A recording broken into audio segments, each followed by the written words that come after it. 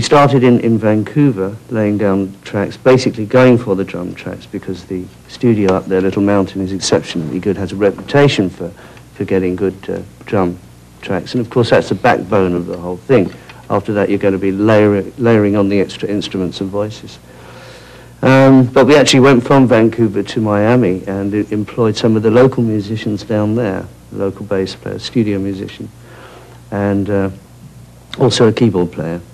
And so those were the two from there. And then we just layered guitars, and we got to the point where we were working 72 track with these different instruments, plus David's vocals, etc. The verse ideas and stuff for the song Waiting on You were a doddle. I'm just a meat and potatoes, nuts and bolts singer, other than the chest beating, the bravado. But it came to what I would feel we could call a chorus line or a potential hook line. And there were all these weird ascending, descending, I'm going, oh dear. I said, that's the guitar solo, is it? That's a bit quick. Unfortunately not. That was the hook line. And that completely and thoroughly evaded me for a while. And then one morning, quite seriously, one morning I just received a signal from God. And he said, just sing straight through it. And I called him up and confused him by saying, I think I've got this great Motown lick for Waiting on You. He lumbers himself with this Motown lick. You know, it has nothing to do with Motown. Oh, it's all this. He'll still keep saying it. Listen, go on, go through it. No, he goes, no matter what you say, no matter what you do, this heart is dedicated. All that stuff. I just see Diana Ross. Yeah. Honest to God, I want a pearl necklace and a wiggly butt. But I actually, you see, an assortment of wigs. When we were working on this, David came up with the melodies for the verse almost immediately. You know, it was just there. And yes, the chorus had hung around for a little while, and I actually had a melody for it, which I was holding back unless we really got stuck. And then when he came out with it, suffer. That's right, absolutely. But when he came through with this melody, I you know, it beat my one hands down, so that was really good. You know, no contest. Jimmy is a sonic architect in terms of his structure. It's the most interesting, he is without a shadow of a doubt, regardless of his legacy, the most interesting musician I've worked with, because he looks at the song as a song and how he can complement the theme of the song as a musician, as a guitarist, whereas a lot of musicians use it as an excuse for showing off technical expertise or whatever. Take a look at yourself. Came out of a chord sequence which we'd worked on in Tahoe, but it was more of the reflective feel of Take Me for a Little While. And we had one of them, didn't we? We had one of those already. And it was during the period that we had in Barbados that David came up with another section to it, and we tried it in a different tempo. And that's the way it went. From the beginning of this project, David and I were partners, you know, total 50-50. And we were going to produce the record ourselves between just the two of us. But Mike Fraser, the engineer, who'd worked on Aerosmith projects in the past,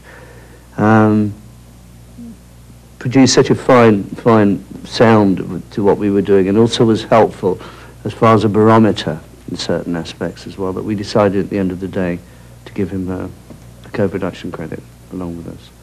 But it was right at the end that we decided that, but it was certainly on merit.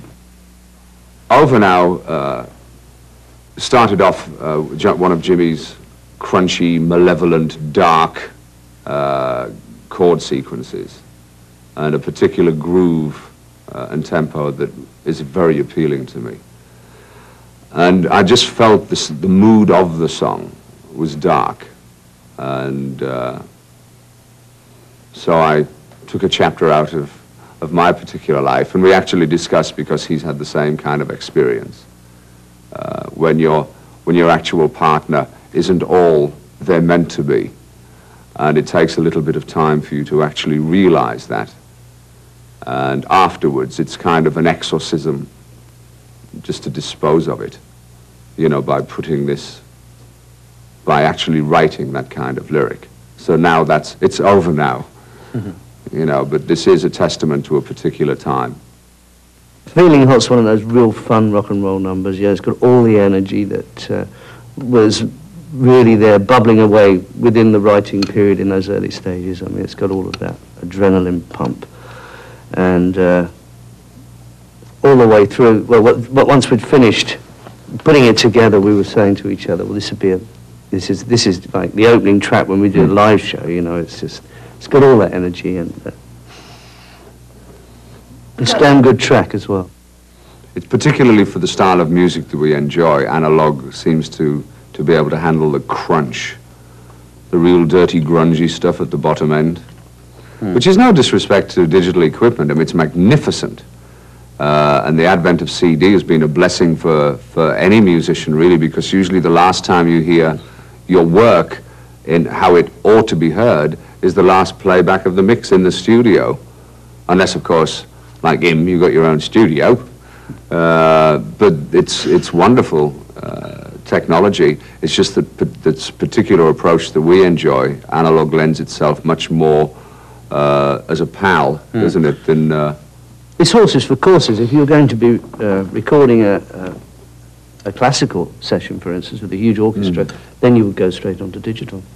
But with all the overdubs that we were doing, we just felt it was better.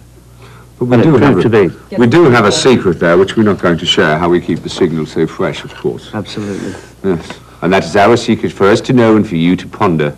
That's why we're producers.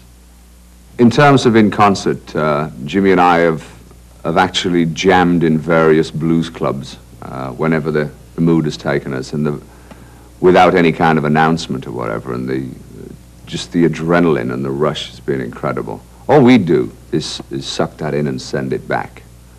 And it's indescribable, the rush that you can get from an audience, because when you're a part of an audience, you're focused towards the stage, but when you're on the stage, you're on the receiving end of this enormous wave of emotion and adrenaline. It's the most energizing experience I've ever had in my life. I think both of us feel that this has to be taken live. It really does. I mean, from the very beginning, we shook hands in New York just before we even sat down to see whether we could compose together, and agreed that if indeed everything did work out positively, that we would take it to the street and feature slices of our careers. We will most definitely be featuring Zeppelin and Whitesnake, and certainly, as we're so very proud of, the Coverdale-Page album. I was just thinking about let's make a really, really good record, one that deserved to be made by the two of us, and we got the best out of each other without any denying of that. It's a fact. There isn't anything on the record that can't walk off the disc and into the arena. Sure. We were a great inspiration to each other and very encouraging. A lot of people, I would imagine, with Jimmy or myself, are somewhat intimidated because of whatever we've done. And we settled with each other immediately. And really, you know, for me, it was an enormous inspiration to work with somebody I'd admired for so long, and certainly learned from, and copped from, too. And it was a treat. It was the most refreshing experience I've had for a long, long time.